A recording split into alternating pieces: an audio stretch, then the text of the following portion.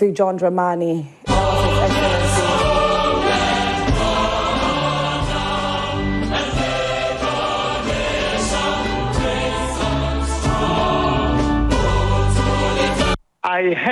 I saw something about the military investigation. His Excellency President John Dramani Mahama addressing the nation for the very first time since the tragic accident that happened in the Ashanti region, which claimed the lives of 8 gallant men who were en route for, it was all due to work, public work, and they were, it's still a very heartbreaking moment for us all as Ghanaians, and so we are still in a very solemn mood. It's day 2 of the 3-day state mourning which the president has declared.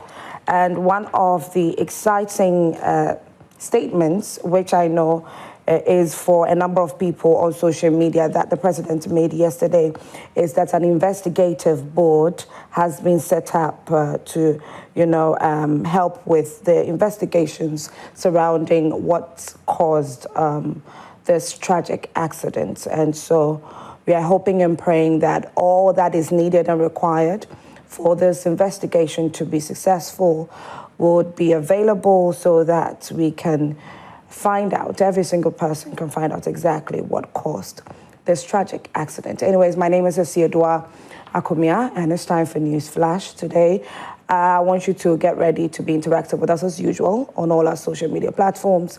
On Facebook, it is Joy Prime, and our WhatsApp number is 055-157-5757. Today, we are going to take a different angle of the conversation. We are still in a mourning, like I did say early on. And if you would remember, I know that a number of you have quite an issue to some extent in relation to the child remains or the mortal remains of these 8 individuals that were claimed from the accident site. A number of you have seen the videos on social media.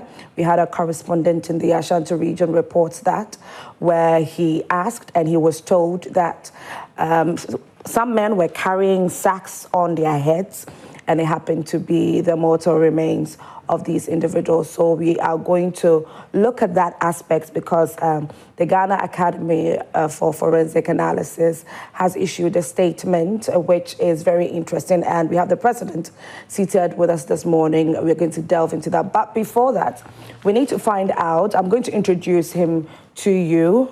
Let me introduce him to you, to us all. Then we can get into what the newspapers are reporting this morning. Here's the person of Dr. Petpo Wepeba. Doc, I pronounced it right, isn't it? Exactly. So let me give you all the designations that he occupies. So he's the president of Ghana Academy of Forensic Sciences, Forensic Science Lecturer and Course Director, Anglia Ruskin University, Cambridge, and consultant, Africa Center for Human ID and Genomic Medicine. That is who he is. Good morning, Doc. Good morning. Hope you're well. I'm all right. Yourself? I'm doing very well, okay. We'll get started into the conversation, but before that, I have to let our viewers know what some of the newspapers are reporting this morning. So we'll get started with the Daily Graphic. Daily Graphic will be our first newspaper. On the front page, we have "Let's Offer Compassion to Bereaved Families." And this is from President Mahama State Funeral to be held on Friday, August 15. Okay. Moving on to the next newspaper, we have The Inquisitor. The Inquisitor. On the front page, we have, after tragic helicopter crash, JM acts swiftly. We also have Godfred Oparijan writes, Dr. Omanebuama was a unique personality. Moving on, we have Lance Minister launches Outcomes DEP. So this was the program, or this was the event that the 8 persons were en route to on the 6th of August, which was happening in the Ashanti region, and met their untimely death. Moving on, we have Chachu cancels 50th legal anniversary after tragic helicopter crash. I brought that story to you yesterday during What's Trending segment. Yeah. Let's move on to the next newspaper. We have the Ghanaian Times on the front page. We have helicopter crash. President leads flower laying. 3-day mourning for victims begin. It began yesterday, and like I did say, today is day 2. We also have world leaders mourn with Ghana. NIB PLC donates in support of Agnes Owusu's surgery, and then Malcolm spends 25 million Ghana cedi in support of health projects over last decade. The final newspaper that I have in hand this morning is the Daily Gist. The Daily Gist. On the front page, we have how Muntaka escaped chopper crash, leaving 8 dead. Yeah, we've got images of Alhaji Muntaka Mohammed Mubarak, Sami Jane Fee, Dr. Edward Omani Boama, and Alhaji Dr. Murtala Mohammed also there.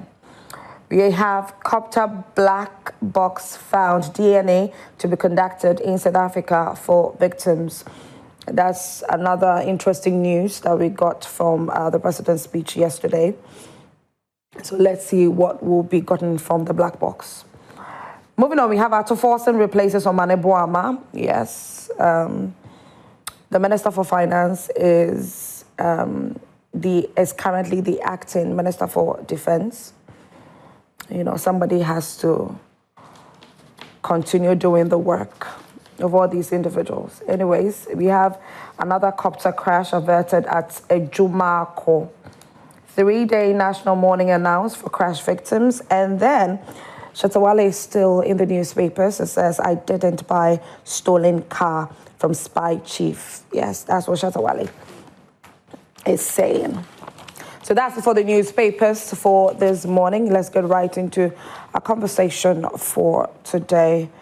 Dr. Paul, Dr. Pet Paul, or Dr. Wepeba. Let me just address it that way. So your office released a statement yesterday. If you can project the statement, so I read it, then we can get deeper into understanding what from their camp, what they observed or what they saw as an issue in relation to how the mortal remains of the 8 individuals were retrieved from the accident site. Okay. So, Doc, so I noticed quite a number of things in the statement that I would highlight for us to get into it. Right. Yes, and, you know, the first question that I want to ask you in relation to all this is how, in general, do you feel from where you sit, how in general do you feel about how everything panned out in relation to the retrieval of the mortal remains? Then we can get into the statement. Right. Good morning, Madam, and good morning to our viewers this morning. And my condolences to the families and the entire country, because it's a tragic event that has befallen the entire country. Yes. And nobody is going to be happy with what has actually happened. That said, as an aspect, you know, if events of this nature happen, the crash site actually becomes a crime scene and a mourning environment, you know, because people have lost their lives, and you need to be able to help retrieve the dead bodies in a dignified manner. Okay. Because their families are going to see some of the bodies the way they are carried, you know, from the crash site to the temporary mortuary that they're going to put the bodies in and then transfer them to Accra or Kumasi. Yeah. So we did observe a few things. To start with, it is a general problem that is in the country that actually needs, you know, attention.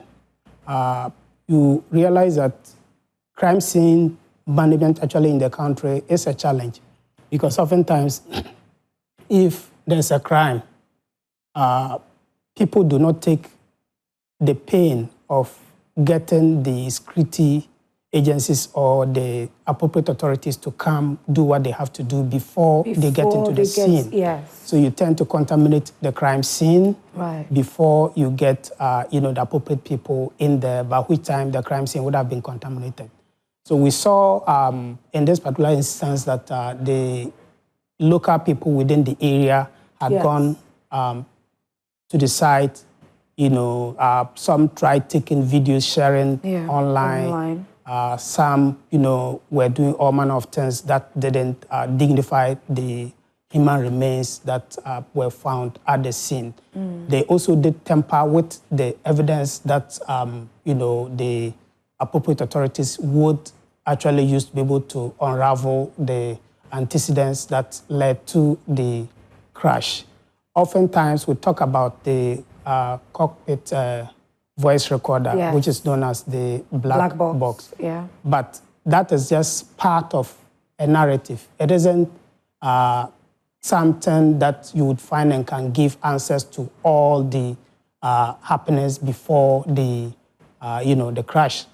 So every piece of the wreckage is very important. Every piece of it is very important, because it might happen that just a little piece of it that somebody is taking away contains, some element that could be analyzed forensically to be able to determine whether there was an explosive on the, the aircraft or what other,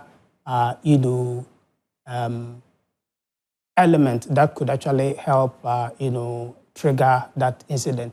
So the way and manner the locals that approach the scene wasn't appropriate. And I won't fault them. It is because of lack of knowledge. We haven't done enough campaign in this area to be able to let people understand that if there's a crime scene, I need not contaminate, because I can become a suspect, because you can leave your fingerprint there, and you then can when leave the DNA is DNA and all of that. And when it's recovered, it will be difficult for you to be able to exonerate yourself. So these are some of the reasons why you need not go to a crime scene and contaminate the scene. Ghanaians, I think that a number of Ghanaians, a majority of Ghanaians have this high sense of urgency, high sense of responsiveness when it comes to urgencies or emergencies, let me put it that way. And so before we get deeper into what really went wrong, what would you suggest that would be, or how possibly can we do this better as locals, most especially, or as individuals who know absolutely nothing about these sorts of incidents? Right.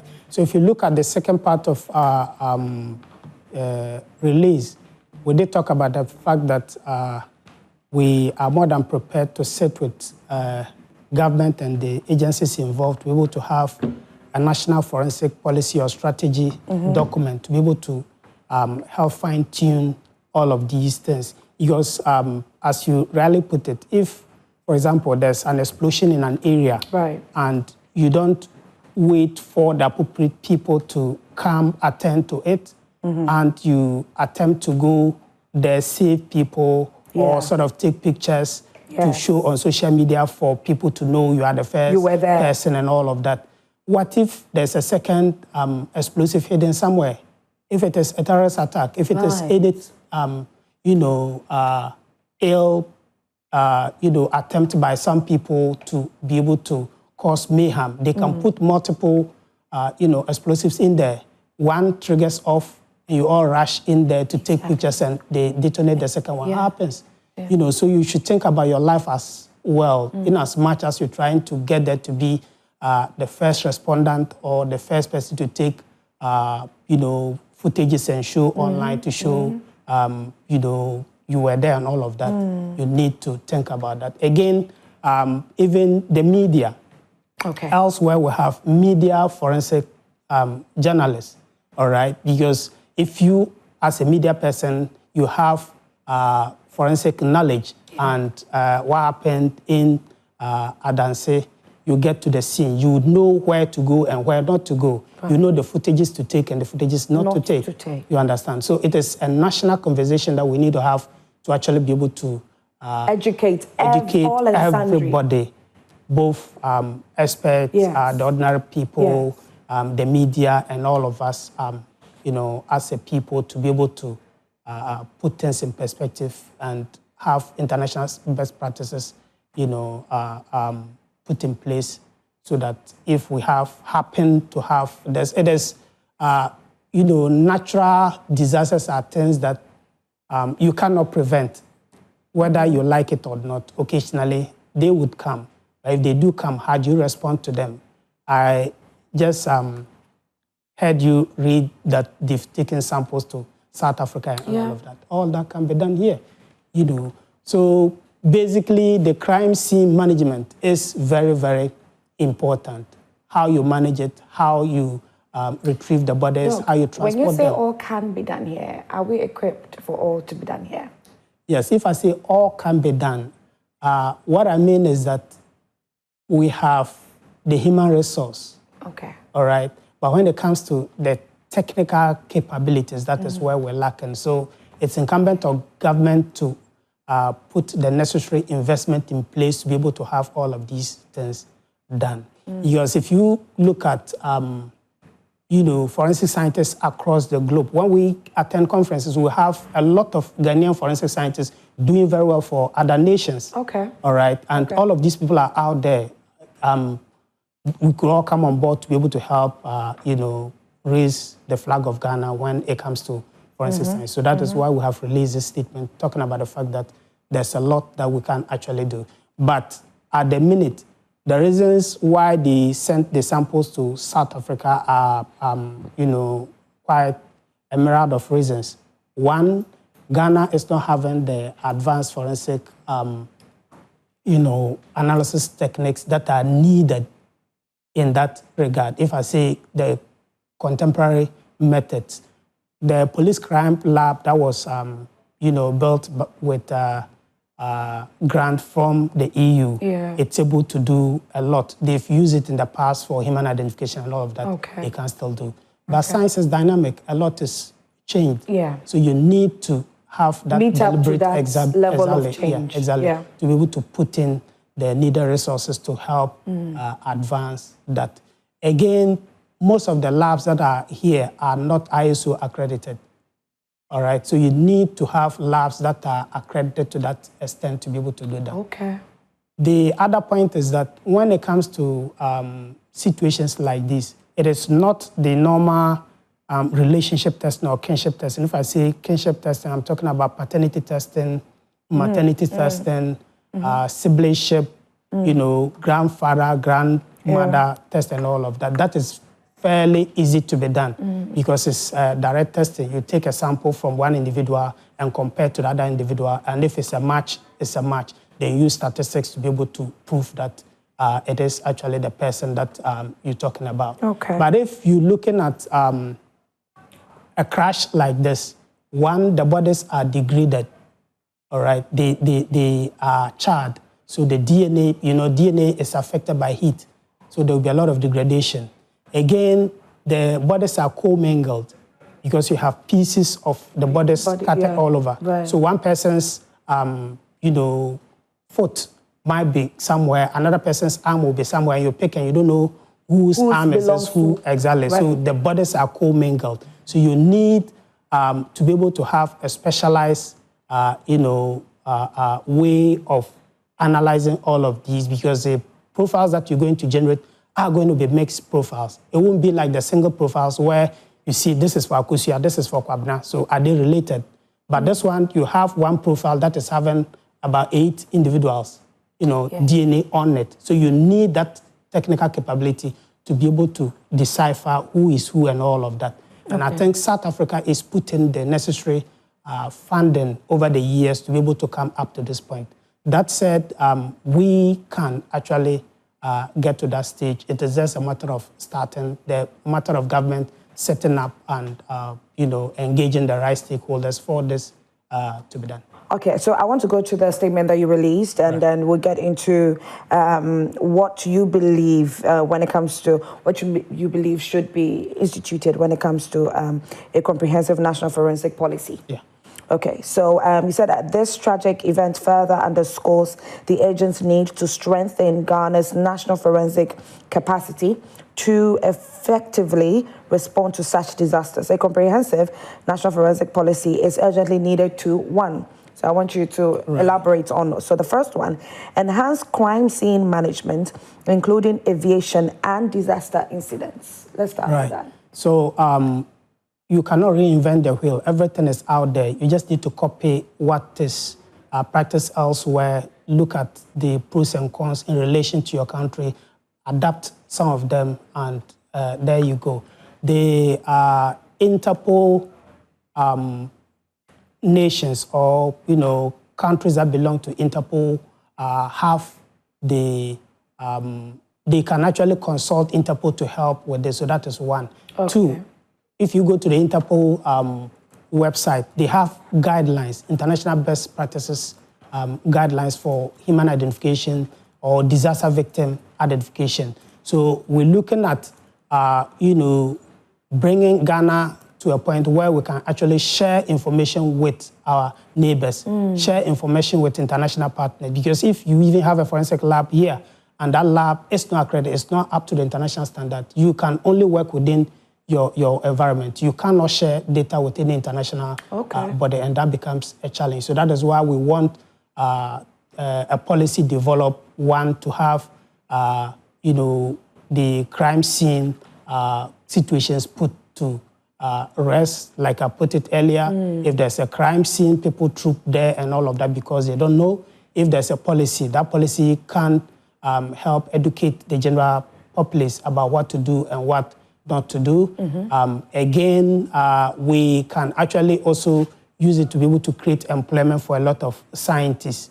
In the UK, they have CSIs. Sorry, Doc, not to cut you, but when a policy like this is put in place, especially to deter locals, most especially, from having that first responsive kind of action when it comes to certain emergencies, do you not think that in cases where there's the need for something urgently to be done, like you need to help somebody, bring somebody out of a car crash, bring somebody out of, like, the helicopter crash, for instance. What if there was no explosion and it had just regularly crashed? And then there were some individuals in there who were still alive? Yes.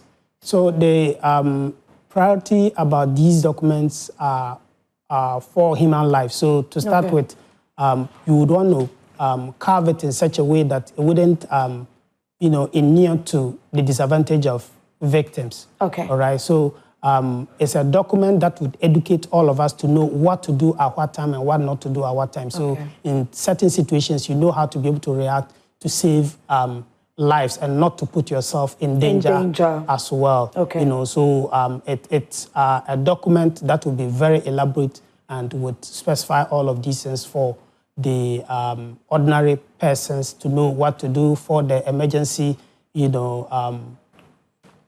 institutions to also be able to know what to do at what point in time, so we can all have, a standardized way of managing, disasters when the need arises.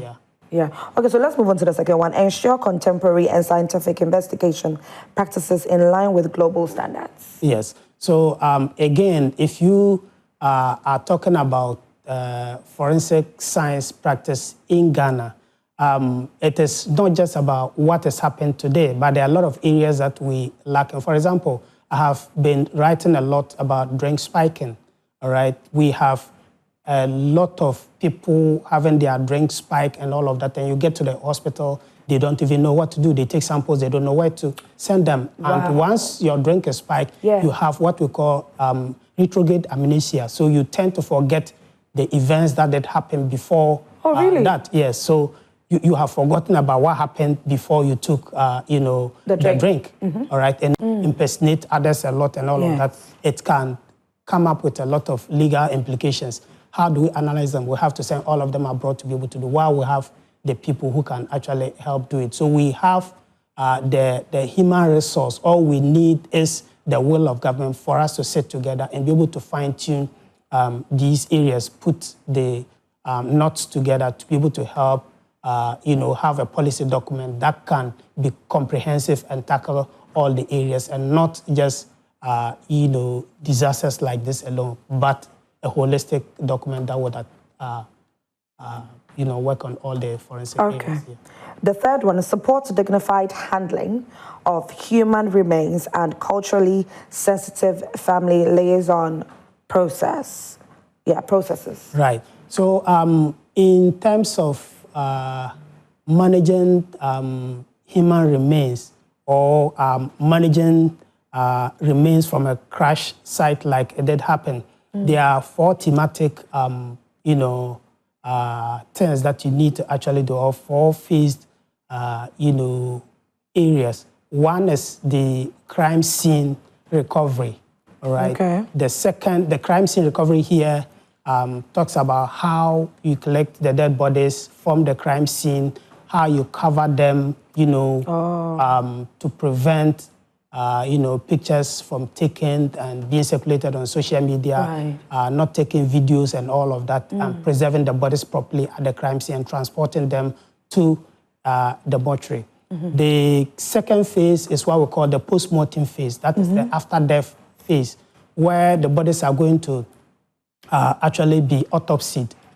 A forensic pathologist would do the autopsy by doing the physical examinations, all right? After doing the physical examinations, they may want to continue with medical records because there are some people who have certain medical conditions that are documented. Okay. And these things can actually help identify them. Right. For example, somebody has a unique medical implant, all right? Maybe you have some sort of metal implanted in any part of your body. Your clinician or your GP would know about this, and if it's documented, it means that that is something that can help identify you. Yeah. Again, families can, DNA will be taken from families as part of the post-mortem phase. Okay. So samples are taken from relatives, close relatives. So it could be your parents, it could be your children, it could be your siblings, because you share 50% of your DNA with these individuals. So all of these can actually help as part of the identification process. Again, personal items like your toothbrush, because you've been brushing your teeth daily, and it picks DNA from your mouth. It picks what we call buccal cells, epithelial cells from your mouth. So we can actually analyze your toothbrush and compare to your DNA that is taken from the mortuary, and that is a direct match. So these are the things that constitutes the post-mortem phase. And then the final phase is what we call the reconciliation phase. So you actually have the samples from the crime scene, you have the ante-mortem information for the victims by determining whether they have any medical history, whether they have tattoos on certain parts of their body, they have piercing and all of that. That is documented. You have all of these. Then you can add that to the post-mortem and be able to compare and reconcile the two. And once you have a match, then you can give the body back to the family for a befitting burial. Right. And that is why we talked about the fact that it should be done in a dignified manner, because if you miss any of these steps, you might give the wrong body to the wrong, family. And, we cherish our bodies so much so that you wouldn't want that to happen. So that is why you need to do that in a dignified, manner. Because when you come to DNA analysis, you're looking at 8 families, all right, and 8 victims. So that is about 64 permutations, 8 by 8. So you have 8 DNA samples from the family, 8 DNA samples from the bodies or the victims that are in the morgue, and you have to have those profiles and compare, and you can have false matches, all right? The fact that you have profile A matching profile B doesn't mean that is the individual. You still have to use statistics to be able to prove that that is the only individual in the world that actually matches that. So there's a lot to it than we actually know. We just think DNA testing is once you have a match, that is it. No. So that is why that point we did talk about the fact that we need to have it done in a dignified manner so we can have, the bodies given back to the families so they can have them buried in a dignified manner. Okay, so before we go to the fourth one, we have a psychologist who has joined us on phone, right. Seth Mawusi. He's a lecturer, clinical psychologist, University of Ghana Medical School. National Secretary for the Ghana Psychological Association. Good morning, Seth. Seth, can you please unmute? Hi. Good morning. Hi. Hi, good morning. Can you hear me? Yes, I can hear you clearly. Hope you're well. Under the circumstances, we're all managing. Okay, so I have seated in studio with me Dr. Petpo Wepeba, and he's the president for Ghana Academy for Forensic Analysis. And we've been speaking about what possibly went wrong in relation to the mortal remains being claimed from the accident scene. And he said he shared quite a lot. But being a psychologist, we want to take from the perspective of how, everything is on social media at the moment, how it could possibly have a toll on family members, people, individuals who are very, very close to any of these 8 victims. Can you please help us really understand what could possibly be wrong in relation to this? Absolutely.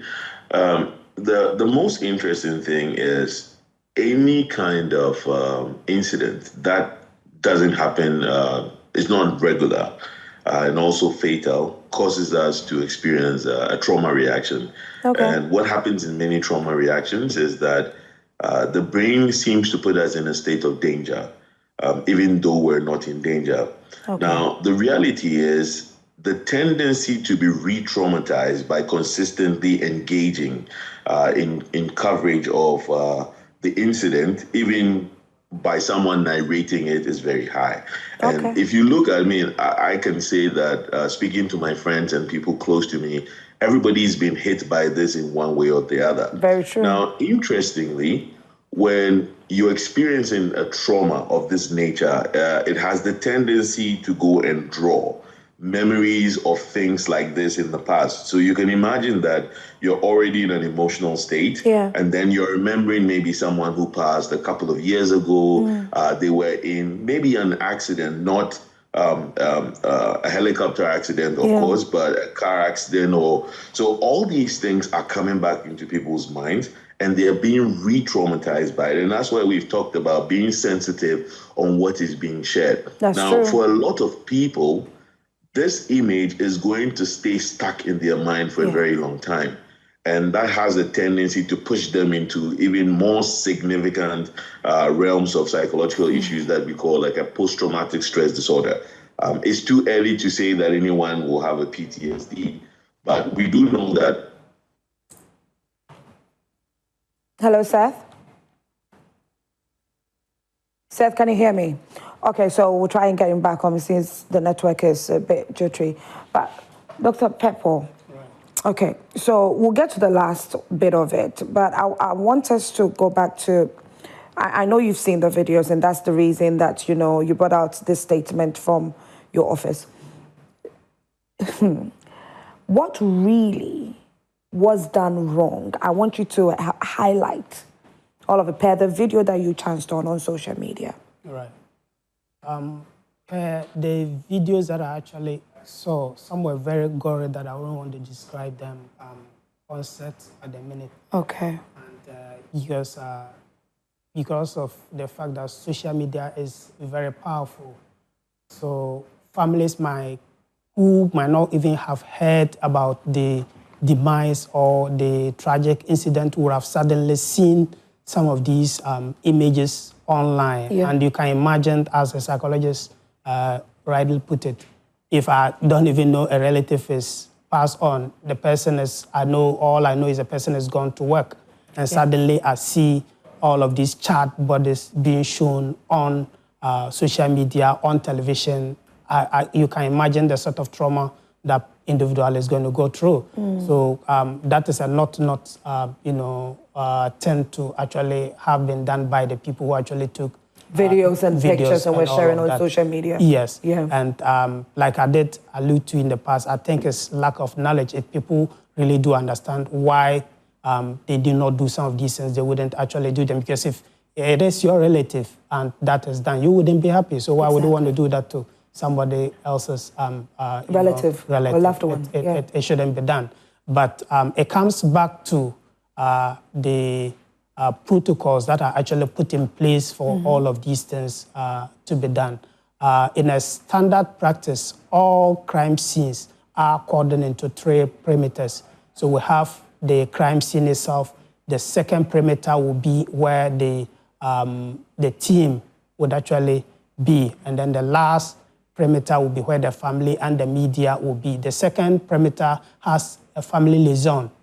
So that liaison is somebody who is going to liaise between, the crime scene lead and the family and the media and give information to them, and the information wouldn't be broken, or the media wouldn't want to troop into the crime scene to contaminate the scene and all of that. Yeah. But all of these things were not done. They weren't done not because we cannot do them. For some of the things, we don't need sophisticated equipment to actually be able to do them. All we need is a little capacity building in terms of knowledge sharing and a campaign for people to know why they need not do that. In the past, I have seen a video of, a prominent individual who was murdered. And within a few minutes, you see the family putting canopy within the area and inviting, people coming in and out to greet them and all of that. They've forgotten that they have destroyed the evidence that can actually help apprehend the perpetrators. So it is very important that crime scene management is taken seriously. And in this instance, the management of the scene was very poor. We'll get into more details into that. So because we have to really understand, because people on social media have so many worries, especially the mode of transportation from the crime scene to the vehicles. That the mortal remains were transported to the morgue. So we'll get into that. But Seth is back on, who's a psychologist. Seth, can you hear me? I can. Okay, Doc. You were onto something in relation to possibly saying that it's too early to say that some relatives could have PTSD. Can you please continue from there? Yeah. So what I was explaining, so typically when you have any kind of loss, we expect that with time, you get better or you are able to restore yourself back to a place of pre-morbid functioning. But we do realize that a distinct group of people or a subset of everybody experiencing this specific tragedy may go into excessive modes of grieving, and they may experience more of this trauma even with time. And so all of these things are possibilities. Now, for us, our early intervention is to help people understand that most of the things they're experiencing are quite normal. And why we do this is when people are grieving, they're already struggling to deal with their daily lives. And these little disruptions they have, for instance, not being able to sleep, not being able to eat, being maybe a little more snappy or feisty at other people, is something they tend to worry about alongside their loss or the tragedy. Now, if we're able to help them notice that typically when you experience situations like this, these are classic symptoms of things you experience, it makes it a little easier for them. But when they are not aware, they worry about that and also the main worry, and that can be very detrimental to their mental well-being. Okay, Doc, we'll come back to you. I want to come back in studio to speak to Dr. Wapeba. Dr. Wapeba, now, the mode with which they were transported from the accident scene, let's talk about that. Right.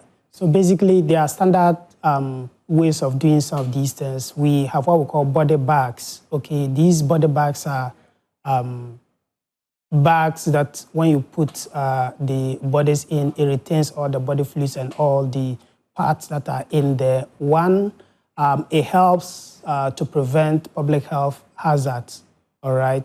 Because those who are going to carry the remains to the temporary mortuary site and all of that, they are humans as you and I.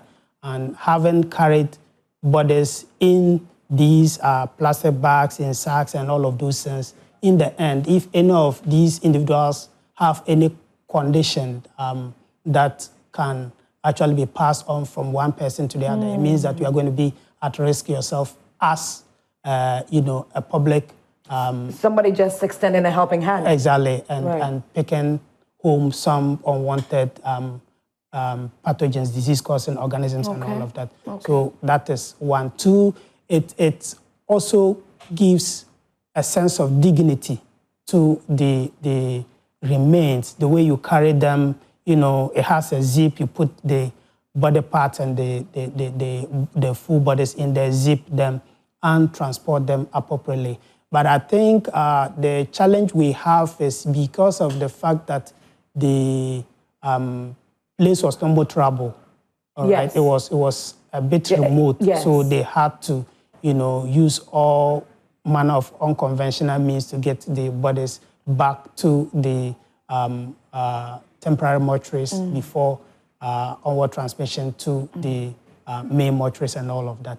But I think the agencies that are involved, for example, NADMO, the Ghana National Fire Service and all of that, they should be equipped, to this extent, given all of these agencies exactly. Like these. So you shouldn't say we didn't know it was going to happen, so we didn't have body bags, and that is how come we use unconventional means in carrying them. You have to. We're all going to die one day. Yeah. In the next 100 years, you and I and all the people in this country, we're not going to be here. Yeah. So it is an inevitable thing that is going to happen to all of us. So we should be prepared for all of that. And as an agency that is mandated to do this, they should have all of these things in place to be able to help do all of these things. At least give the human remains that some level of respect. And not just treat them anyhow because you think they are no longer alive. You could just carry them in sacks, in plastic bags, and all of that. And because you think the place is a remote area. And we have seen some of these because in as much as it is quite remote, social media is very powerful now. So you're carrying them, people are taking videos to show to their friends that I was at the site and all of that. And it gets into the mainstream media as well. So it comes back to the policy document that we have been talking about. If we have a policy document that would streamline the actions and inactions of all of us as a people, the institutions mandated to do this will know the tools to carry. They will know the kind of training they should have, going into some of these places and all of that. Even the searches of what we call DVR search team, disaster victim identification search team. It is not anybody at all who can just wear, boots, go into the forest and try to look for bodies. There are people who are trained for that. I wonder if the agencies mandated to do this, they have these people. Because oftentimes we think it's just an emergency. So all for all, we should all just get in there and try to do it. But if you don't have the technical know-how, like I said, you could put yourself in danger. So we need to be able to have the appropriate, tools to be able to carry out some of these things. Otherwise, if it does happen again, that is how it's going to be. And you remember what happened, the fire incident years back in Circle. I think it was in June, a few years back, when there was that explosion, in Circle. Not the Circle. The Circle. Yeah, I think it's been, like 10 years or 11 years now? Yes, because at the time I was still at 37 and the bodies were brought and put there and, the way the bodies are handled. So it is something that is, that needs attention. It's been with us for a while, but I think this is the time. This is the right time for us to get to that and do the right thing. This is the right time, and then we hope that government indeed does something about this. I still have on Dr. Seth Asafo. Dr. Asafo, can you hear me, please? All right. So speaking about how the mortal remains of the victims were transported from the accident scene, a number of people on social media were disheartened by, even when our correspondent was reporting what was going on at the accident scene, we didn't know. Some of them could not even tell that those were the remains that were being brought in sacks until the reporter mentioned it. And a lot of people were agitated, they were sad, they were heartbroken. And I imagined how this could feel for the family members and close relatives of the victims. But now let's move on to what they can do as family members. What can be done? How can they help themselves in this tragic moment? Yeah, and I suppose these suggestions would work for everybody also, not just the immediate family. The thing about loss is depending on the level of attachment that you had with the person or the thing that you lose, the emotions you feel can be even more intense. There are a few things. One of the main things is expressing. So I always encourage people to cry if you want to cry, speak to somebody about it. I do notice within our cultural context, a lot of people want to help. And so when someone is grieving, they will attempt to give some sort of support.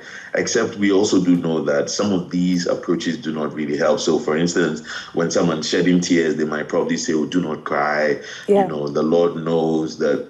All of those are meaning well, except that in that place, the questions that people keep asking is, so where was God when all of this was happening? And so the best approach is to tell the person, let it out, you know, scream, shout, cry. Now, interestingly, if you ever notice this, when someone's crying or is very sorrowful and you keep saying, don't cry, they cry even more. Yeah, that's true. You try the other side. When someone's crying and you tell them, let it out, bring it all out. If I were you, I'd be crying too. It actually allows them to get into back into a place where they are not so teary. So that's the first thing. Now, the second thing I always encourage people is that during times of grief, you must help the people around you. I mean, the person who's experiencing it intensely usually would lose sight of so many things. And very important is hydration and food. Now, they might not be able to eat as well, but people will always say, oh, get some fluids for them or let them drink some cocoa. So it's good because when this goes into the stomach, that is the same ingredient that's necessary to produce what we call to produce the neurotransmitters that will, as it were, alter their mood a bit. So their food and their hydration is really important. So if you're helping anyone who's going through this, ensure that they are able to eat a little. But in doing that, let's not take the grandma approach of forcing the person. They are genuinely wanting to do this, but they're just not able to. So you must employ them and say, I understand that you're going through pain, but you have to do this also because you also need to be well. Now, I also encourage you that people will try as much as possible to maintain some kind of routine. Now, in the early stages of any kind of trauma, everybody's routine goes out of balance. So your waking up time, your sleeping time will all be unsettled. Now, this is so because the brain understands that something's going wrong. But to recover, you must start creating a sense of normality again. So by returning to a routine, your brain starts to say, oh, okay, things are going back to as they used to be. Now, this usually I would encourage people to do after about, let's say, a week or two of the intense grieving process. So it doesn't make sense now to start saying, at this point, it's okay, be kind to yourself. Any disruption you're feeling is quite normal. It's part of the way that the human brain can recalibrate to bring you to a place of normality. Now, if you're re-traumatized or you are over-traumatized by the scenes, try as much as possible to avoid them. Your brain has already captured that logical sense of what happened. The tendency to want to keep going back to check it out is because sometimes people are looking for some sense of closure. Now, there are a number of activities that we do to give people closure, and especially during tragic death, where you cannot have access to the person again, you could probably just look at a photo of them and tell them everything you had wanted to tell them. You could write a letter to them and light it in a candlelight under the perception that wherever they are all around us still. Now, these activities may seem like, but why? But the reality is, every time we've had our clients who are going to grieve do them, they feel a sense of calm at being able to at least give a farewell or a goodbye or express something. Now, you imagine if you had a challenge with one of these people and you have no chance to resolve it anymore, it's going to be stuck in you for a very long time. Yeah. And this is one of those approaches that helps. We also ask people to cling on to their spiritual inclinations during periods like this. And I can speak for what it's like for Christians. See, because Christians believe that there is an opportunity to meet the lost person sometime again. It adds a value statement that sometimes actually propels people to live in a manner that allows them to be able to connect with this person sometime again. I've worked with people who have no religious beliefs or inclinations regarding death and passing, and they struggle so much because in their mind, there's never going to be an opportunity anywhere to connect or see their loved one again. So these are just a few tips, and accept help.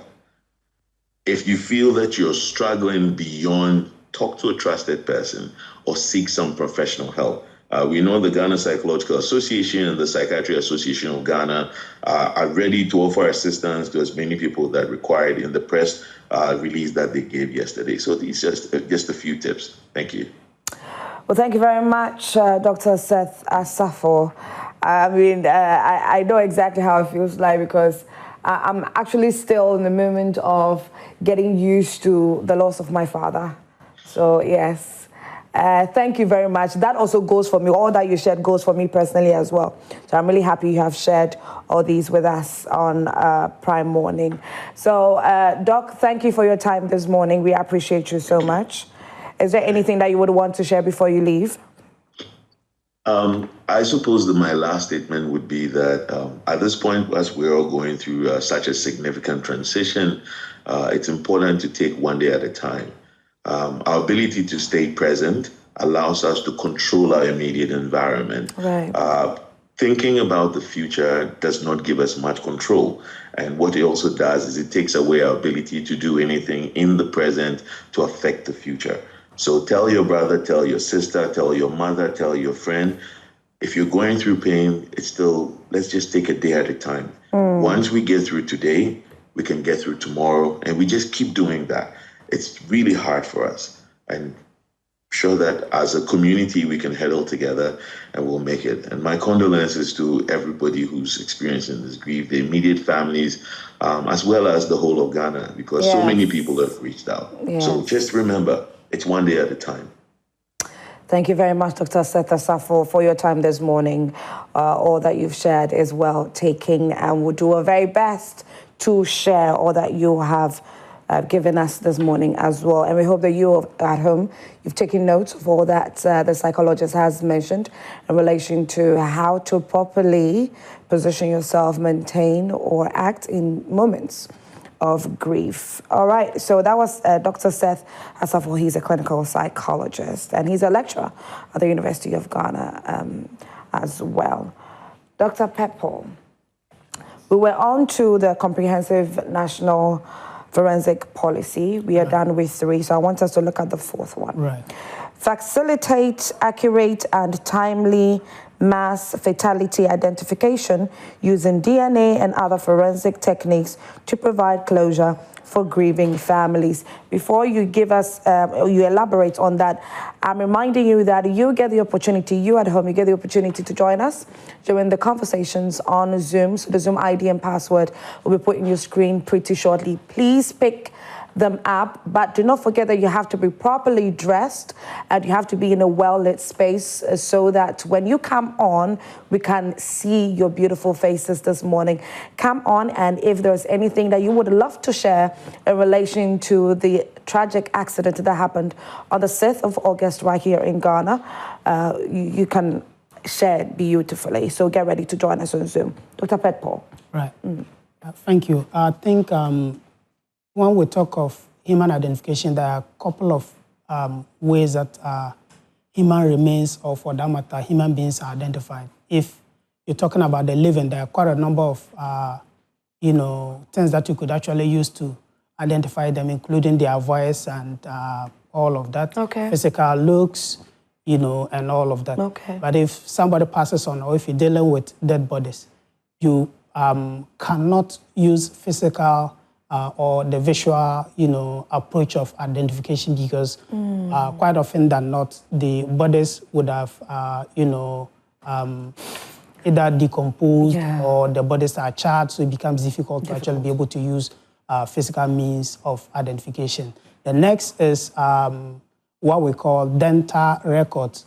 For us in this part of the world, I know not how many of us would visit the dentist, quite often, or even have our dental records ready, so it becomes difficult to be able to use that as well. But elsewhere, people have dental records ready and all of that. So if anything happens, they just take your dental, images compared to your dental records, and that can also help. At this point, we need to take our dentist appointments very, very serious, because you might never know. We really need to take them serious. That's true. Yeah. So they have a dental record database, so that is what they use to actually be able to help. But in our part of the world, we don't have that, so it means that means of identification is also not going to be very feasible in our part of the world. Again, there are certain, indications on the body, like tattoos, piercing, and all of that would also be used. But if you look at the disaster that they happen, the bodies are bent to the extent that even if you have a tattoo, it becomes difficult to actually be able to use that. So the next will be DNA, all right? And when we talk of the DNA process of identification, actually there are quite a number of ways that you can actually be able to use it, because we all share about 99.9% of our DNA with with our fellow humans. All right, so you share about 99.9% of your DNA with other females, but for the male, because of the XY chromosome, the difference between a male and a female, it's about 1.2. So if I have a sister, yes, I share about 99. Not your sister, but any female at all. Yes, because they have XX. It means that you share about 99.9% of your DNA with them. But for me, the difference will not be 1%. It will be 1.2, because I have a Y chromosome and you have an XX. X from, Exactly. And if you look at the chimpanzees, we share about 98.8% of our DNA with the chimpanzees. So if you walk about throwing your weight that I am, then you should know you are very close to the chimpanzee. The chimpanzee, yes, oh my goodness. So the difference is just about 1.2%, all right? I wasn't expecting this. Right. Wow. That's just an aside. Right. Yes.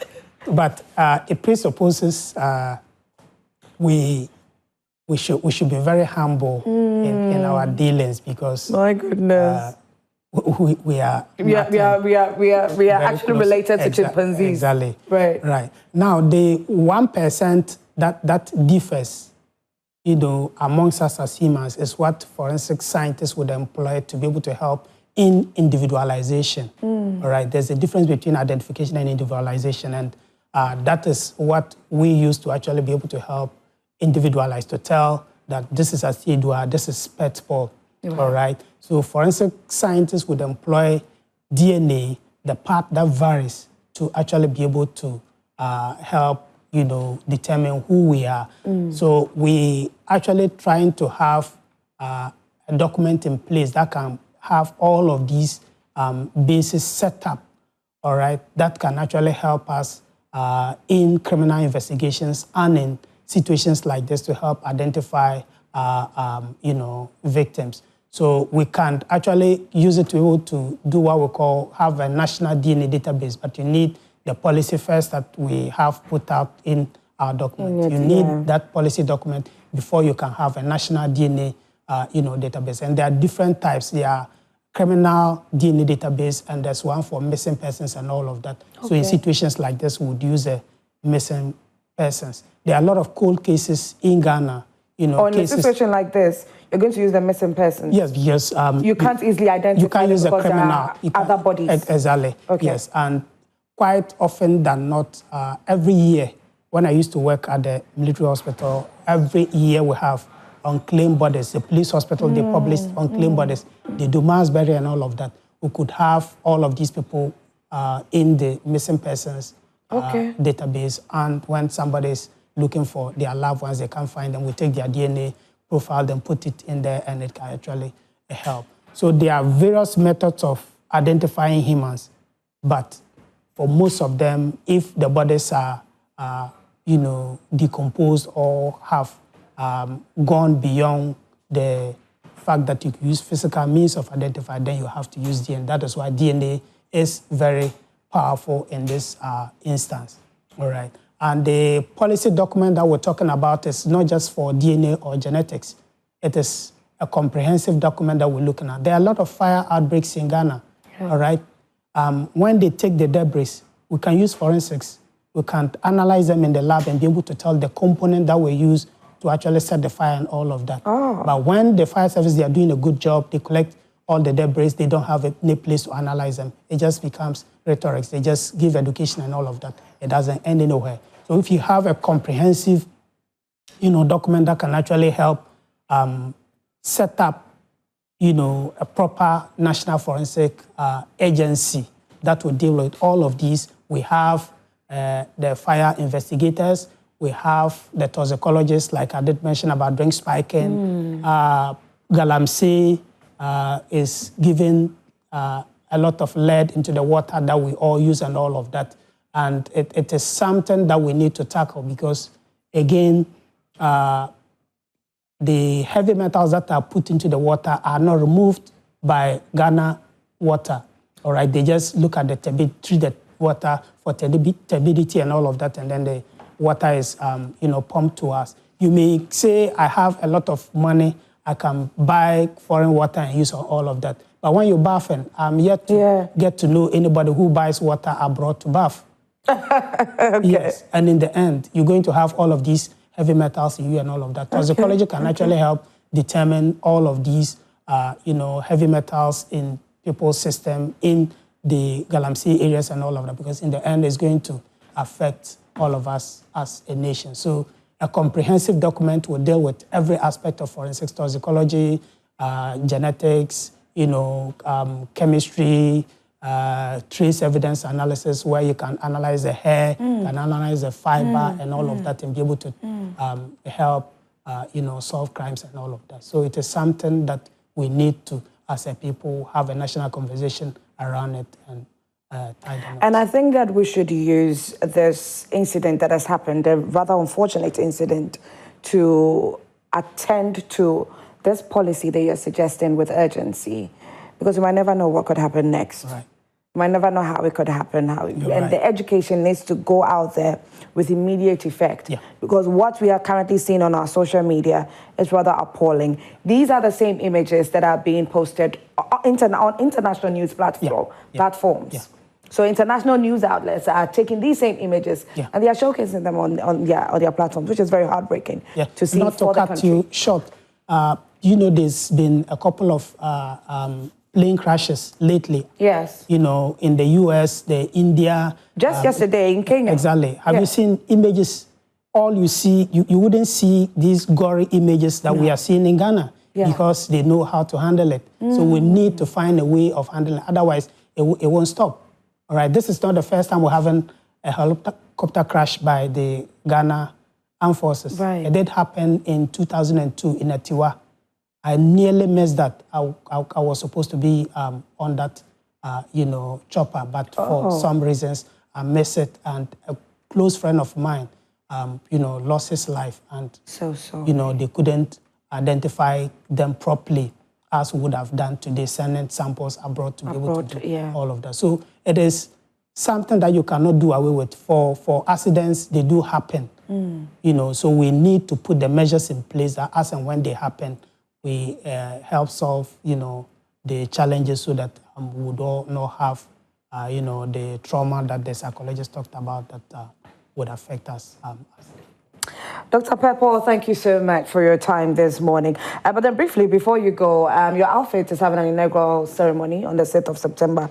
Can you brief us a bit on that, and then we move on to my colleague, Razak Musbah, is currently at the wreath site. And, you know, the flags are still flying at half-mast. But then, Doc, I want you to kindly address this one, and then we'll move on. We'll move over to Razak to give us some updates. Yes. So we're having this inaugural conference on the 6th of September in Legon.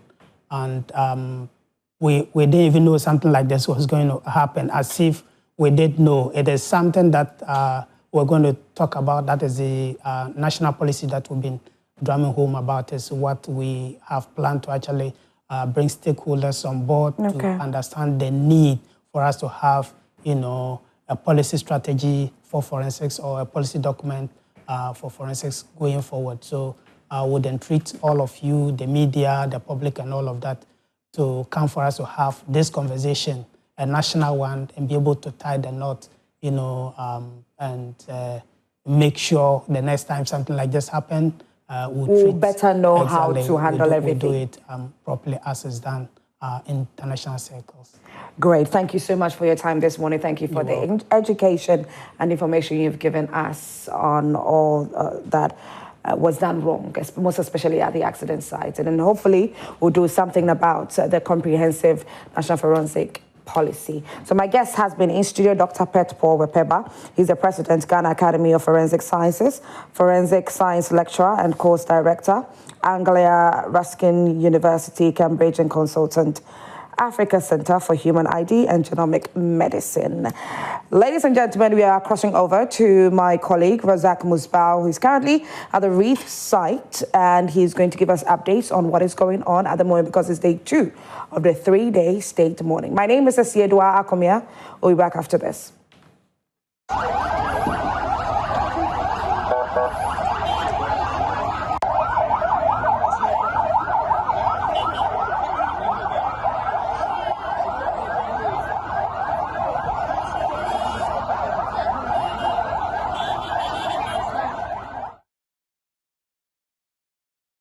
The ceremonial gardens of the Jubilee House, where the laying of wreath has been taking place. And of course, we are into the second day of the 3-day national mourning that was declared by the president.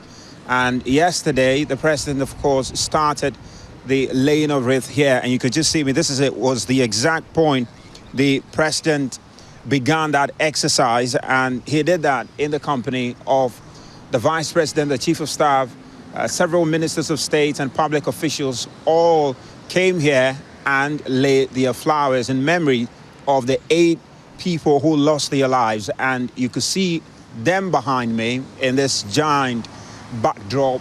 So you could see Dr. Omane Boama there, Dr. Ibrahim Murtala Muhammad also there, and Alhaji Muniru Mohammed, Dr. Samuel Sapon, Samuel Abuaje, the squadron leader, Peter Bafemi Anala, flying officer, Mane Chum Ampadu, and Sergeant Ernest Ado Mensa on that backdrop.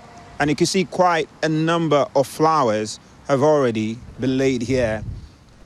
And not just flowers, I can also see candles also still burning, and it's all in memory of all of these fallen heroes. It's expected that more public officials will come here today to lay their flowers. We're not sure yet when the former president, Nana Akufo-Addo, will come, but he's expected to come here and lay some flowers. Likewise, some members of parliament, even the diplomatic community is also expected to come here. Several ambassadors, several high commissioners will come here and lay their flowers in memory of these fallen heroes. The country continues to mourn them, and yesterday the president indicated in his address to the nation that will continue tomorrow with a special event at the forecourt of the State House. And so it's going to be at the forecourt of the Jubilee House there. And we understand it's going to be a vigil night where individuals will be offered the opportunity to reflect on their lives and share the wonderful memories they had. We understand that event will take place tomorrow night.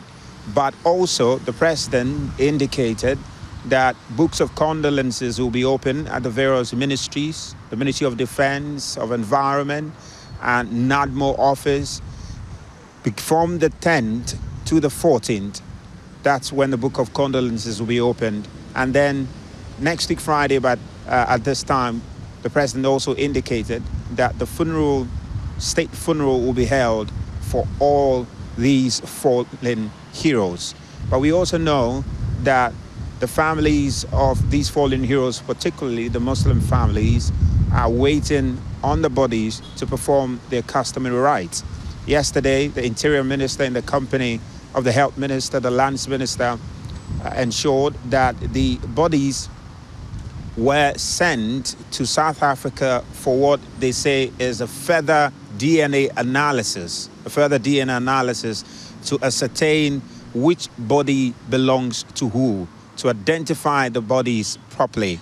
So at least that gives us an indication of the severity of the damage that was done to the bodies of these wonderful public servants. And it's quite instructive also, the president yesterday in his address, the descriptions he had for these individuals. For Omane Boamah, he described him as a brilliant and dedicated leader. And it's understandably so. If you look at his career and the life he's had, Omane Boamah, former Deputy Minister of Sports, former Deputy Minister, and even Substantive Minister of Communications, also rose to become the President's spokesperson. And significantly, he also was the Director of Elections for the NDC in the just past 2024 general elections, and was working closely, very closely, with the President as far as the IT on the day of elections was concerned.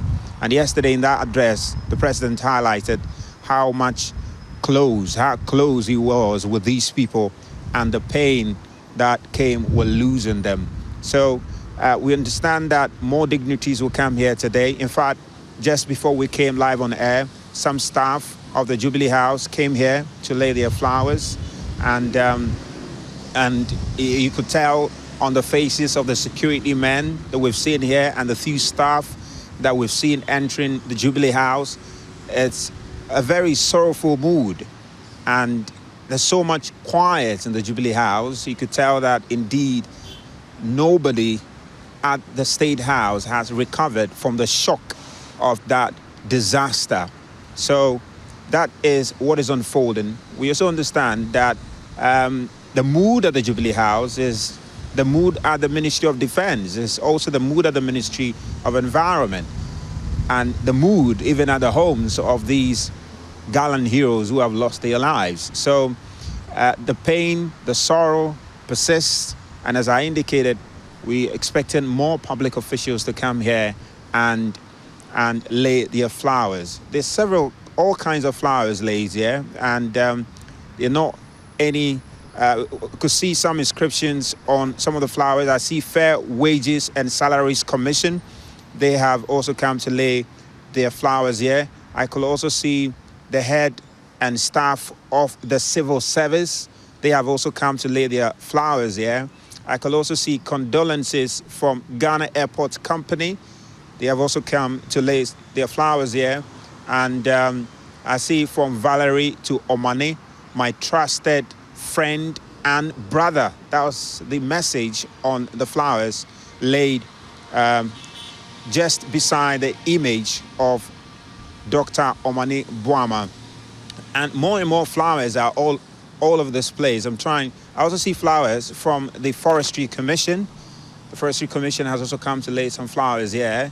And I also see more and more flowers with many inscriptions on it. And we're expecting that more will come to lay their flowers here. The former President, John Ajakum Kufuor, are most likely to come here. And as I indicated, former Vice President, Dr. Bawumia, is also expected to come here and lay his flowers. President Akufo-Addo himself, they have all expressed their condolences via their various platforms on Facebook and social media.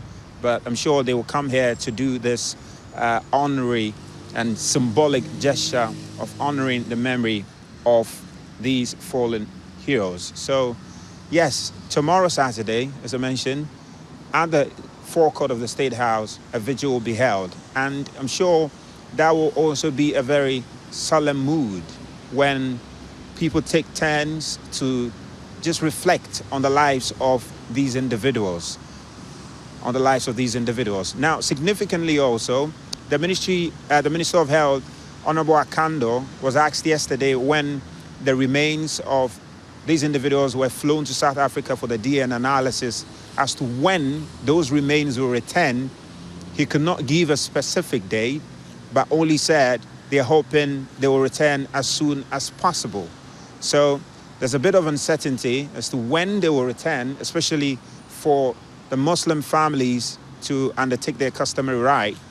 But the government is hoping that that can happen as soon as possible. There have been questions also as to why the DNA analysis was not done in Ghana, whether we do not have the capacity to do the DNA analysis. But the Ministry of Health also indicated that it had to be flown to South Africa for further testing. And that seemed to suggest that some testing was done in Ghana, but probably there wasn't a satisfactory identification of the individuals. So it has to go to South Africa, who probably have the labs to do a more detailed analysis so that we can identify who is who and for the burial to happen. Now, the president indicated that the funeral will happen on the 15th of August, which is next week, Friday. So it means that most likely the results will return to Ghana maybe by Monday or maybe definitely before Friday. So that is expected to happen. More and more people have been trooping to the family of Dr. Omane Boama. We know his mom, he hails from the eastern region, and he's got a family house there. We know that the chiefs of the area have also been receiving mourners in his home in the eastern region. He's also got a home here in Accra, and more mourners have been trooping there. Likewise, Dr. Ibrahim Mutala, who is married and has, we understand, 3 to 4 young children. More and more mourners have also been trooping there. I know that yesterday, members of parliament, Dr. Amin Adams, the Attorney General, all of them went to his house and expressed their condolences. Alhaji Muniru Muhammad also, in the Savannah region. In fact, yesterday, in our interaction with our correspondent there, he indicated that Alhaji Muniru Muhammad was expected to be enskinned as a chief in the Savannah region. This month was expected to be enskinned as a chief in the Savannah region this month, and that unfortunately will not happen following his demise. Dr. Samuel Sapon, his family also from the Ashanti region, his family home has also been, a lot of people have been trooping there. We know the former Ashanti regional minister has been there to express his condolences, and Samuel Abuaji likewise, and all of these military men have also been engaged in that. So we will be here, and hopefully when the officials and public officials and even Ghanaians come here, we'll try and engage them and get more thoughts on their reflections and reaction to this disaster.